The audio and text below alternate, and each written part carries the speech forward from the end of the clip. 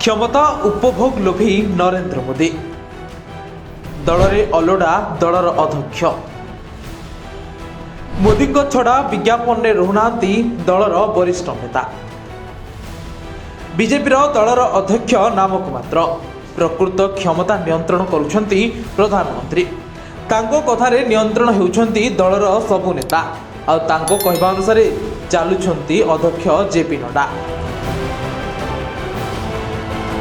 JP नड्डांकर कौनसी निजस्व मतामत न थाए दल संपर्क में बीजेपी रे सबुबेले अभियोग थाए कहीं सरदार वल्लभ भाई पटेल प्रधानमंत्री न होई नेहरू प्रधानमंत्री होते कारण से समय कांग्रेस अध्यक्ष थिले सरदार वल्लभ भाई पटेल हेले भारतर प्रधानमंत्री भावे निर्वाचित होइथिले जवाहरलाल नेहरू आकु नहीं नेहरू को सबुबेले स्वार्थवादी बोली कहती भारतीय जनता पार्टी नेता माने हेले आसंतु थरे नजर पकाइबा बीजेपी इतिहास उपरे किभली अध्यक्ष को पछरे पकाई दलर प्रधानमंत्री होइथिले प्रधानमंत्री नरेंद्र मोदी।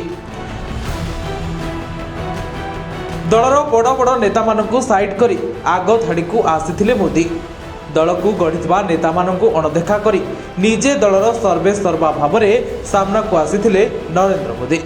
बीजेपी कहवा अनुसार कांग्रेस सबुबेले सरदार वल्लभ भाई पटेल को अणदेखा करिछि आउ जाहाकु नै सबुबेले कांग्रेस उपरे आरोप लगाई थाए बीजेपी हेले किभली बीजेपी अध्यक्ष मानकु अणदेखा करी प्रधानमंत्री पद हातेइथिले नरेंद्र मोदी ताकु केही आलोचना करंती नाही।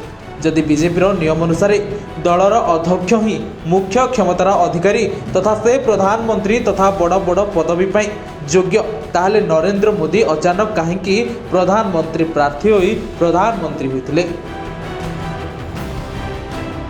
वाजपेयी परे दलर वरिष्ठ नेता और मुख्य होउछंती लालकृष्ण आडवाणी हेले तांकु दल 2014 मसीह कहीं प्रधानमंत्री प्रार्थी करि नथिला। अध्यक्ष पदवी दृष्टि 2010 रु 2013 पर्यंत नितिन गडकरी और 2013-2014 राजनाथ सिंह अध्यक्ष थिले तांकु कहीं प्रधानमंत्री करि नथिला दल। सेहि भली 2017 रु 2020 अमित शाह दलर अध्यक्ष पद थिले 2019 रे निर्वाचन ने तांकु कहीं दल प्रधानमंत्री प्रार्थी करि नथिला। सेभली 2020 परठारु वर्तमान पर्यंत दलर राष्ट्रीय अध्यक्ष पदवी संभाळुछंती जेपी नड्डा तांकु 24 रे कहीं प्रधानमंत्री प्रार्थी करि नथिला दल। अन्यपटे एबे विभिन्न मंत्रणालयर मंत्री मानकु मध्य आउ कोनोसी योजनार विज्ञापन ने देखिबाकु मिलु नाही। सबु योजनार विज्ञापन ने केवल मोदी को फोटो चित्र ही स्थानित होछि जाकु नै चर्चा होछि सबु क्षमतार केंद्रबिंदु पालटिछंती नरेंद्र मोदी।